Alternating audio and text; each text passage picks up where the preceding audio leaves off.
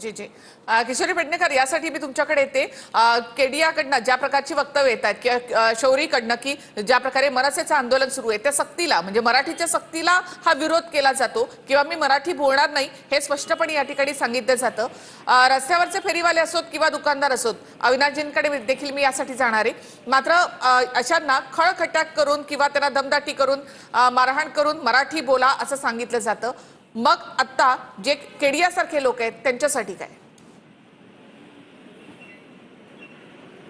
मुळात केडियासारखे किडे अनेक या महाराष्ट्रात आहेत।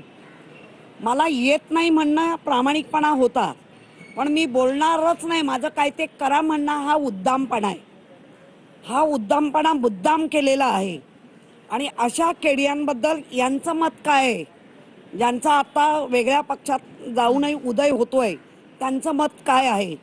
आणि दुसरं म्हणजे एवढं हिंदीवरनं रणकंद माजलं तेव्हाही एक शब्द बोलले नाहीत। आणि पुण्यासारख्या विद्येचं माहेरघर असलेल्या पुण्यामध्ये गुजराती लोकांना खुश करण्यासाठी जय गुजरात म्हणाले, पटण्यासारखे विचार आहेत का हो? त्यामुळे ह्या गोष्टीचा 12 कोटी जनता विरोध करते एवढं नक्की। मला अपॉइंटमेंट आहे डॉक्टरांची म्हणून मी जाते। सॉरी, तुमच्या पुढच्या वेळेला मी नसेल। नक्कीच अविनाशजी आणि किशोरी पेडणेकर, धन्यवाद तुम्ही आमच्याशी बोलात त्याबद्दल।